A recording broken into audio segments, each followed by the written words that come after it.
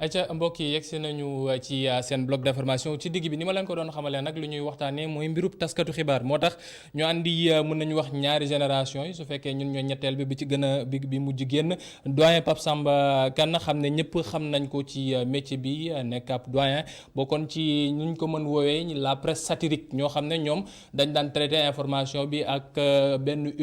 humour biñ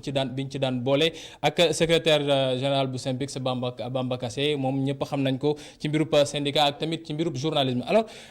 lu ñu bëgg waxtaanee tey mooy métier journalisme la presse en tant que telle fii ci biir Sénégal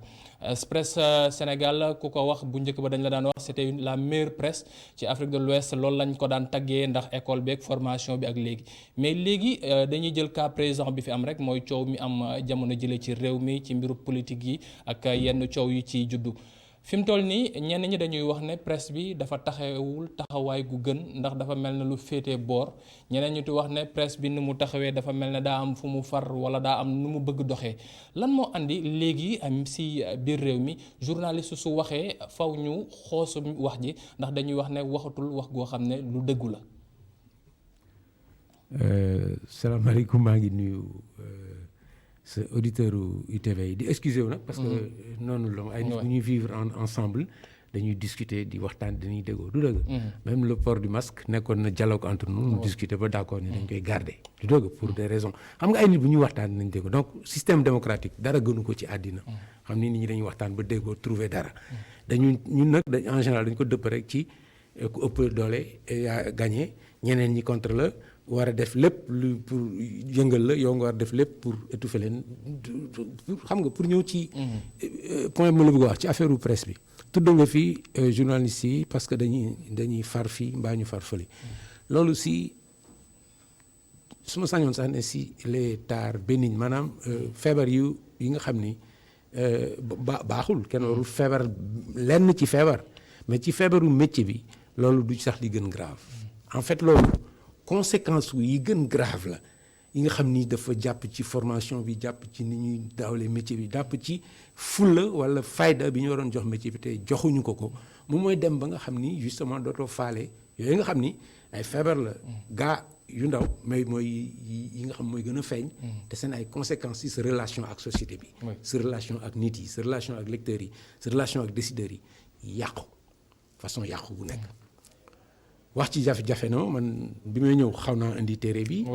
parce que dama si nekk di si liggéey pour seet naa laa koy renouveler ma ñëw fekk ko fi mu rassuré ma trop et puis neex ma parce que je n'aime pas trop di imposer nit ñi j'ai fait ci regardez ce travail et cetera maa ngi ko bind ëpp na 10 ans aujourd'hui en 2009 loolu nga doon wax léegi waxi journaliste yi kenn joxutu ko fayda ba ma ci excès ci bind ko olof sax laa ko bindee ci biir téere bii dama bind ne auparavant, lors d'une discussion, d'une dispute sur un grand place, ou quelque chose comme ça, si quelqu'un disait,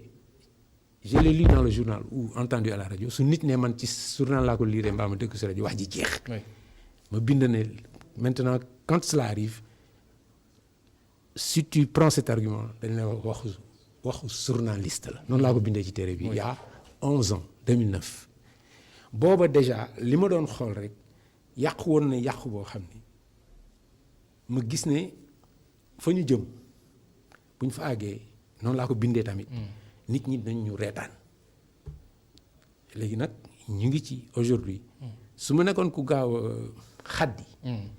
dama naan lii daal naa ci génn man retraité naa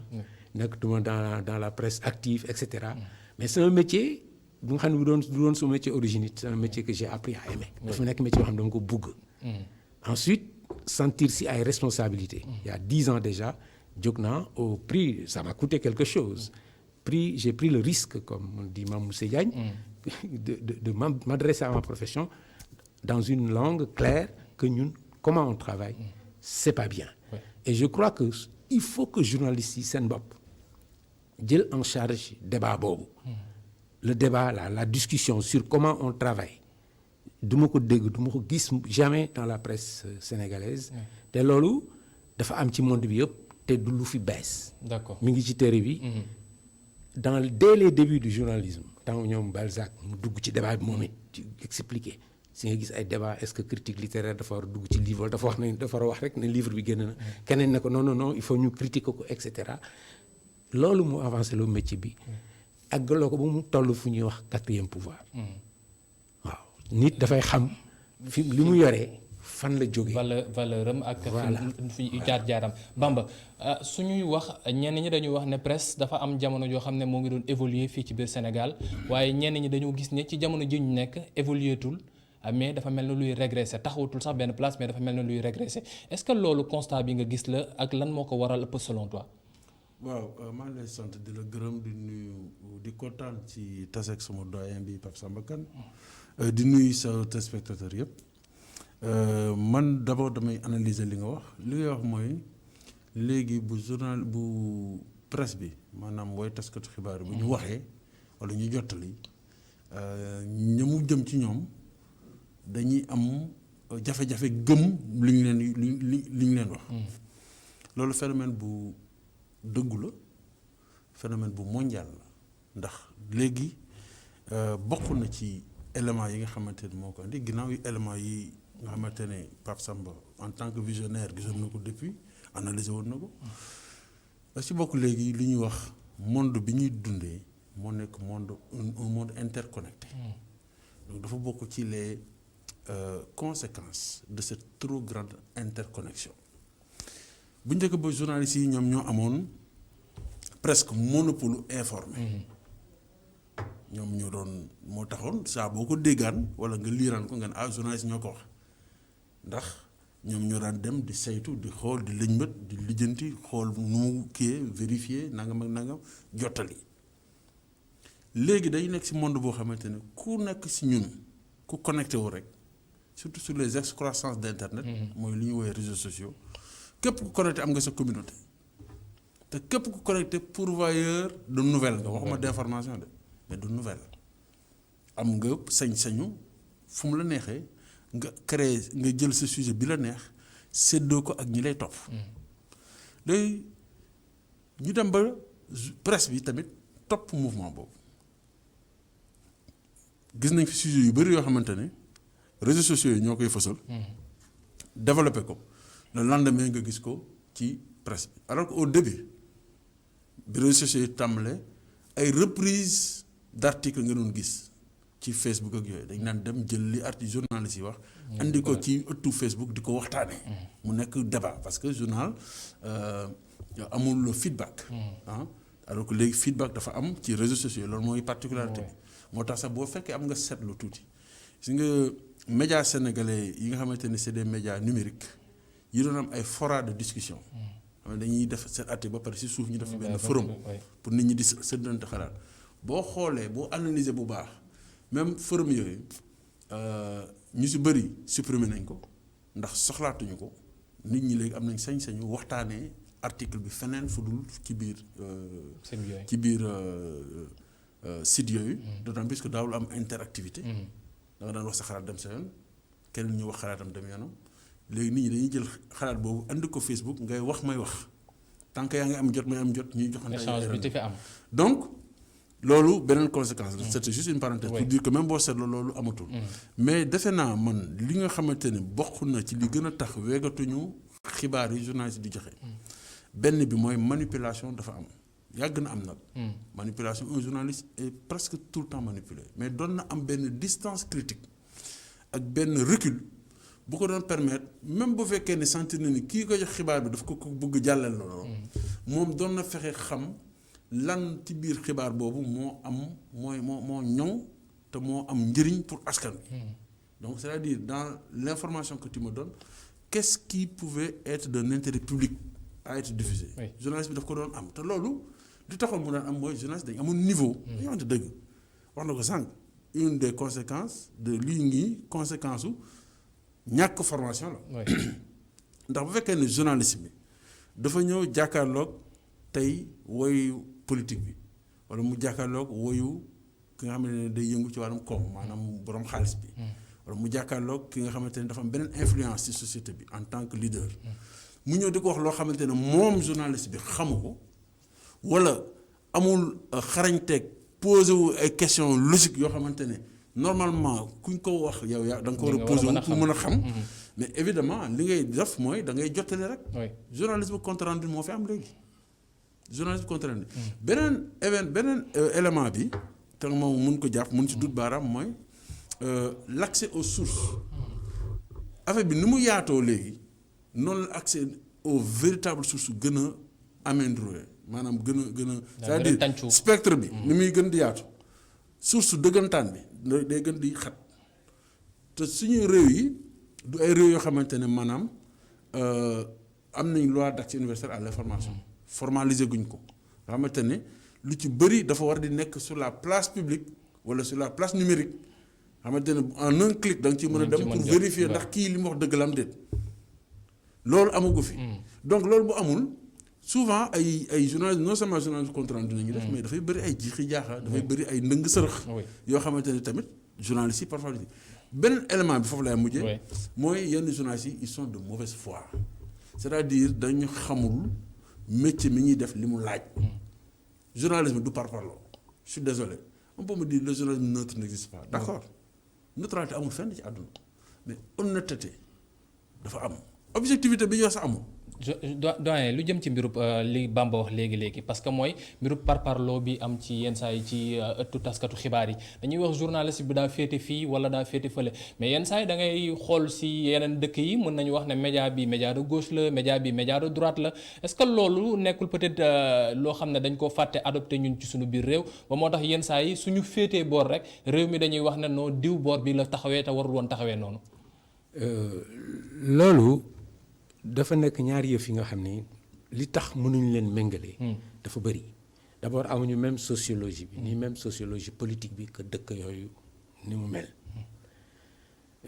Les idéologies sont claires, nettes et précises. Ceux de la droite sont à droite, ceux à gauche sont à gauche. Les divisions de gauche, on les connaît, c'est du communisme au socialisme démocratique. Et les divisions de droite, on les connaît, c'est du fascisme, de l'extrême droite à la droite modérée, démocratie chrétienne, etc. etc. Tu vois, c'est clair. Ensuite, am nañu aussi loolu seen sociologie accepté na ko. ñun nag l'idée du journaliste équidistant avec les chapelles politiques dañ ko defoon quelque chose qu'on avait endossé plus facilement que d'autres règles parce que dafa àndoon ak ñun suñu société yi fi ñu toll bi fi presse di dugg dafa fekk suñu société yi jëm nekk d'abord du temps des colons. Ensuite la véritable presse sénégalaise autonome indépendante on peut la situer vraiment avec les indépendances un peu après bi ñu ñëwee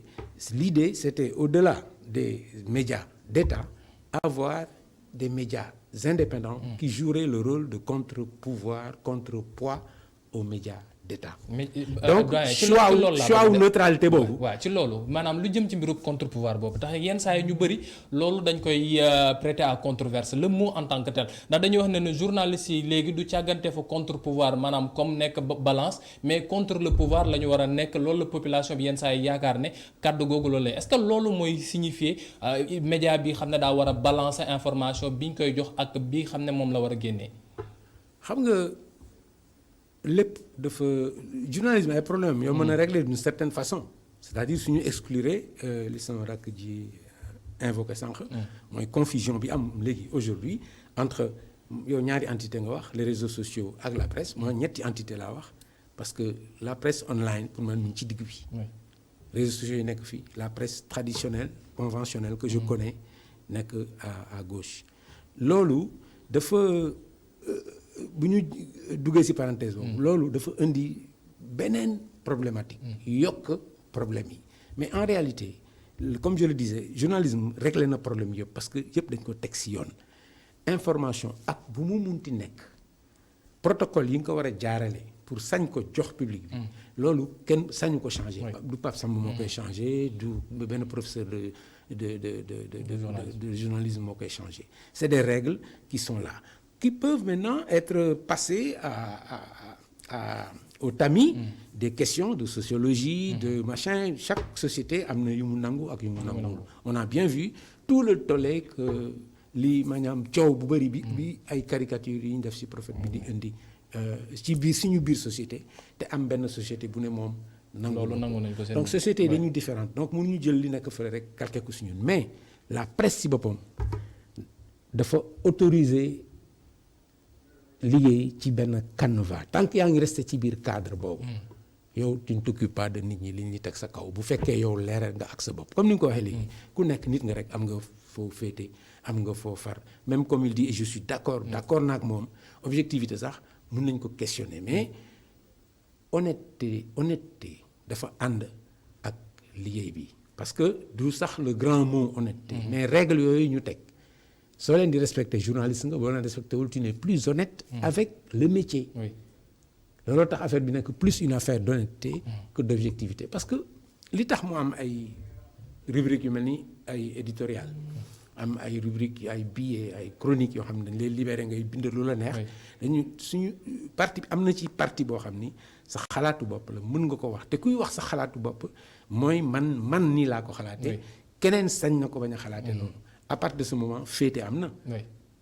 ki ko xalaatewul ni nga ko xalaatee mais métier bi d'accord na ne yow mun nga nekk éditorialiste wax li nga xalaat mu méngoog li nga xam ne mooy sa position journal ci benn problème bu am ci sa biir société loolu li jëm ci mbirum contre pouvoir laa bëgg nga andi ma ci leeraanga ndax doyen tontooguma li jëm ci mbirum contre pouvoir en tant que tel waaw loolu laa bëgg nga andi ci leer parce que sénégalais bi moom loolu la jàpp maanaam dafa mel ne dañuy wax ne non am na ñaar wala ñetti presse yoo xam ne ñoom pour nguur gi lañu le reste maanaam lépp lu ñu war a def contre nguur gi la war a nekk ñoom loolu la ñu gisee contre pouvoir est-ce que loolu dafa nekk ay règles yoo xam ne dañ ko bind non loolu raccourci la. Et c'est un raccourci dangereux.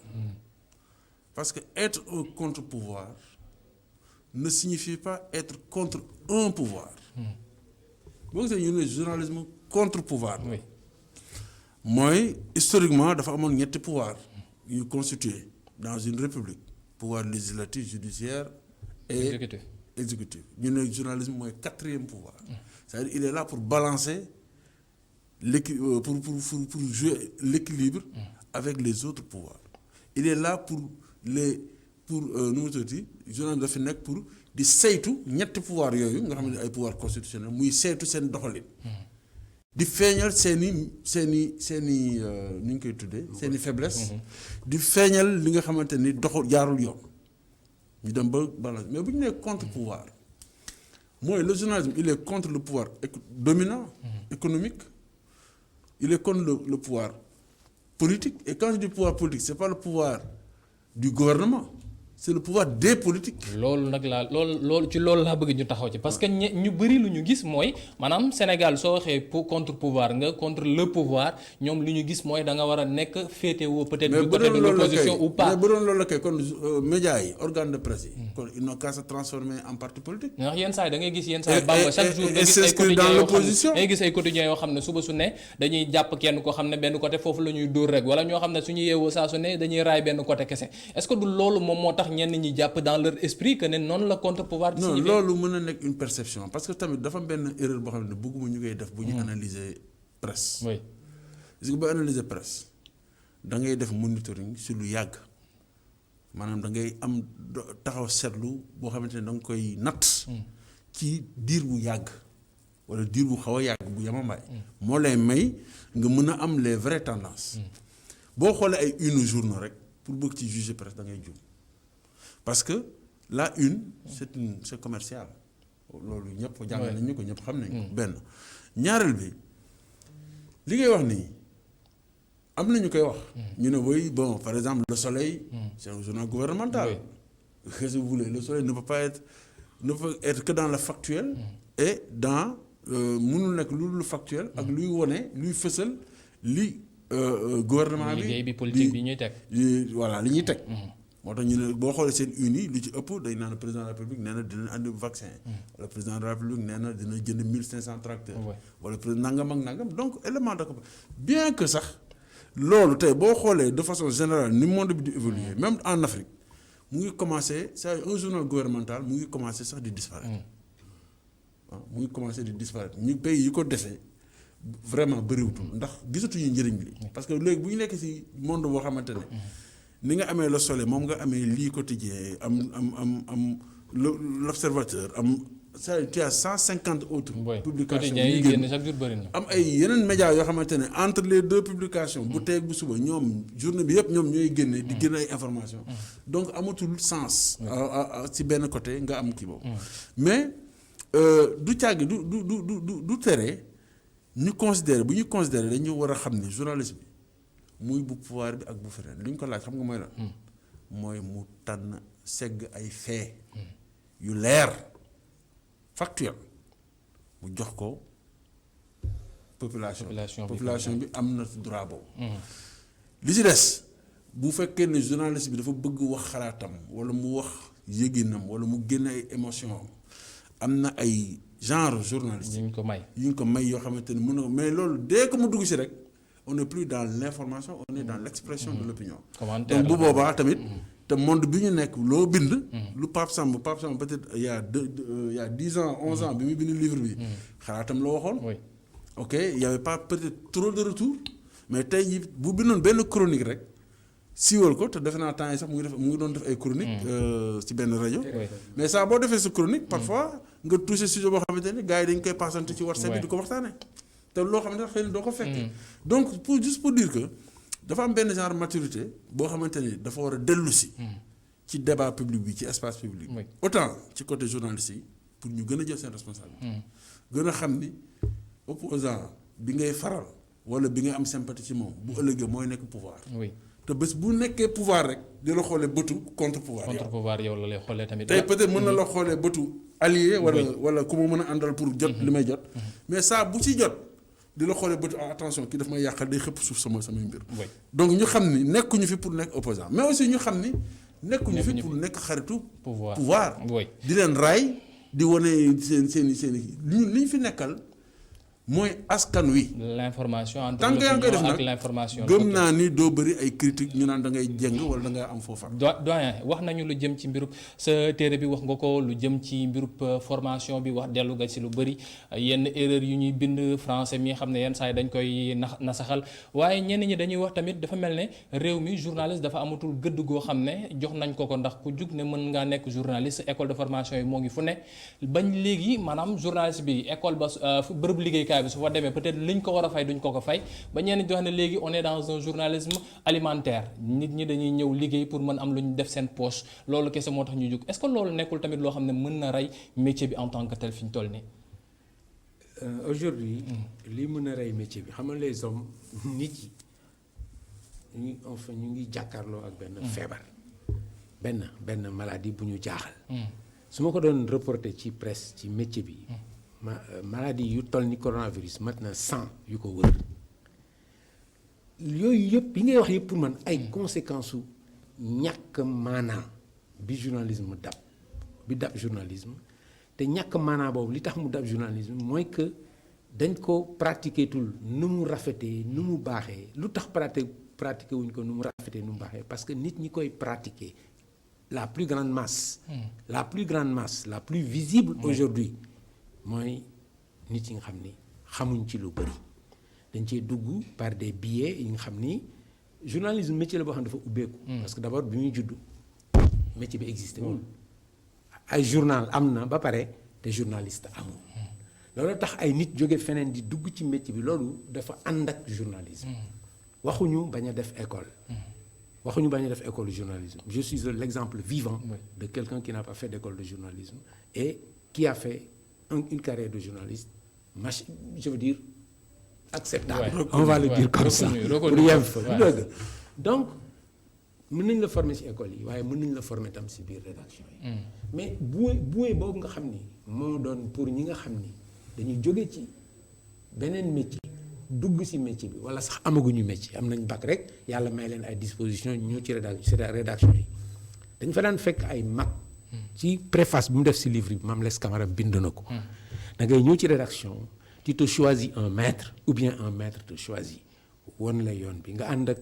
humilité ak modestie parce que tamit loolu tam c'était pas tombé du ciel parce que da ngay dugg ci rédaction fekk fa ñoo xam ni mën nga ne woowee ay monstres sacrés de la profession yoo xam ne dañ lay won na nga xam ni leer na leen li yow xamuloo ko woon buñ la ko wonul woon doo ko xam ñooñu il faut nga respecter mais léegi boo jógee ci école yooyu ngay tudd te man pour man sax école yooyu dañ fi baax heureusement que mu am sax école yooyu nga ñëw dugg ci benn rédaction nga fekk fa ay responsable yoo xam ñoo la fa gën yàgg am fa ay responsabilité te yow nga gis ne ñoom seen ni ñuy pratiquer métier bi y compris jusque dans la langue comme ni nga ko waxee léegi mënuñu sax làkk lu leer ku mënul wax lu leer ndax nga mën a informer nit ñi alors que information dafa war a leer précise tu vois mais li tax débat bi xaw jafe si man mooy que temps yi dama nekk en pleine réflexion si affaire bi ngay wax moo tax sànq ma ne frontières yi dafa amatul sax entre la presse traditionnelle la presse en ligne qui aurait pu être une presse respectable qui peut l'être et qui existe aussi dans le monde et ici chez nous dafa nekk presse boo xam ni ça travaille pire que ce que j'avais dit ici et j'en ai parlé un peu et les réseaux sociaux qui aujourd'hui il y a une question dans le livre qui pour surveiller la presse c'est nous qui sommes là pour quatrième pouvoir surveiller les trois pouvoirs qui pour nous surveiller il n'y avait pas de réponse précise il y a 10 ans mais aujourd'hui et c'est avant qu'il pose la question j'y pensais tout à l'heure am na benn émission bu am gëdd tuuti ci benn rajo am un animateur ku koy animé dédié de temps en temps il s'absente benn moment mu absenté ne tel journaliste moo koy remplacé mais xaw na nekk émeute ci réseaux sociaux yi réseaux sociaux yi ne mukk dee kooku amul niveau wu def émission boobu tu vois il faut que ceux qui exercent ce métier aujourd'hui fassent très attention aussi à cet aspect de la chose. d'accord doyen xoolal une minute moo ñu dese parce que waa journal 45 la ñu war jël nga baal ma rek léegi fi mu toll nii ci tënk suñ doon wax maanaam yoon bi xam ne war nañ ko mën a jël. war nañ ko mën a jël ngir mën a xool nu ñuy jooyantee ndax je pense pas que mbir mi mën a nekk loo xam ne dinañ ko résoudre. léegi comme une minute nga dese. waaw je vois où tu vois. sa question fu mu jëm. gis nga loolu c'est l'organisation du métier. Bamba junj na ko sànq. kenn mënul tere la liberté d'expression appartient à tous les citoyens. Mais le métier de journaliste n'appartient pas à tous les citoyens. C'est un métier qui appartient aux professionnels du journalisme. Or un métier ça s'organise. C'est-à-dire tey jii boo xëyoon takk sa stéthoscope yor sa tensiomètre sol sa blouse bu weex génn ci koñ bi mais kenn du sañ ne yow médecin nga. mais donc kenn warul sañ ne journaliste nga parce que am nga caméra. maintenant téléphone la sax. génn ci mbedd bi créer sa ñoxorndiaye.com et puis maintenant un homme politique qui est attaqué par Le Soleil ou par un autre journal va te chercher pour faire son droit de réponse. Il te met à la même dignité que Le Soleil. Donc il faut que nous reconnaître valeur journaliste bi reconnaître valeur. Et ça, je vais terminer par là. Aucun État au monde n'a envie d'avoir un quatrième pouvoir. Benn État soxlawul am quatrième pouvoir bu am fulla. Journalistes yi ñoo war a xeexal seen bopp ba État bi ci boppam ni mu organiser yeneen profession yi mu organiser. Bamba en 30 secondes rek nga baal ma ndax fi mu toll nii temps bi jeex na lan la ñu war a mën a def lan la ñu war a mën a def ñun ñi ndaw ñi peut-être pour mën a am métier boo xam ne dina correct. non déjà li ngeen njëkk war a def mooy bañ a segg seen bopp ne ñun ndaw ñi la. il faut ngeen ànd ak mag ñi. ak ñi digg dóomu. parce que affaire bi benn la première chose. deuxième chose ni ma ko waxee le secteur moo war a jóg ci boppam. pour exiger sa réorganisation. am na ay éléments yu ñuy jox nee nañu booy y a la carte de presse. c'est une chose code de la presse. décret sur les entreprises de presse. et cetera mais dafa am yu des yu bëri yoo xamante ni peut-être il faudrait organiser les assises de la presse. andi un regard sociologique un regard juridique un regard économique. boole lépp. tëgg génne ay poñ yoo xamante ni jàpp nañ ni. seetantal nañ mbir mi te poñ yi moo ñu ci mën a génne loolu bu ñu ko deful. saway ñeneen ñi moom am na yeneen réew yu koy def. Mauritanie bii commencé nañ ko il y a quelques mois loolu bu ñu ko deful duñ ci mën a génne. ñu koy sant bu baax di ko gërëm moom Bamba Kassé nekk secrétaire général bu SYNPICS nekk tamit journaliste nekkoon suñu gan ak doyen Pape Samba Kane nekk journaliste nekk ki bind téere bi ñu koy wooyee les pages sombres de la presse 2009 la ko bindoon ak léegi mais c'est toujours d'actualité ku ko mën a lire ñun taskatu xibaar yu ndaw yi ñu ñeem ko jàng ngir xool nan lañ ciy jooyantee suñu bopp léegi mbokk yi le 19:45 avec Adama Anouchka Ba merci beaucoup.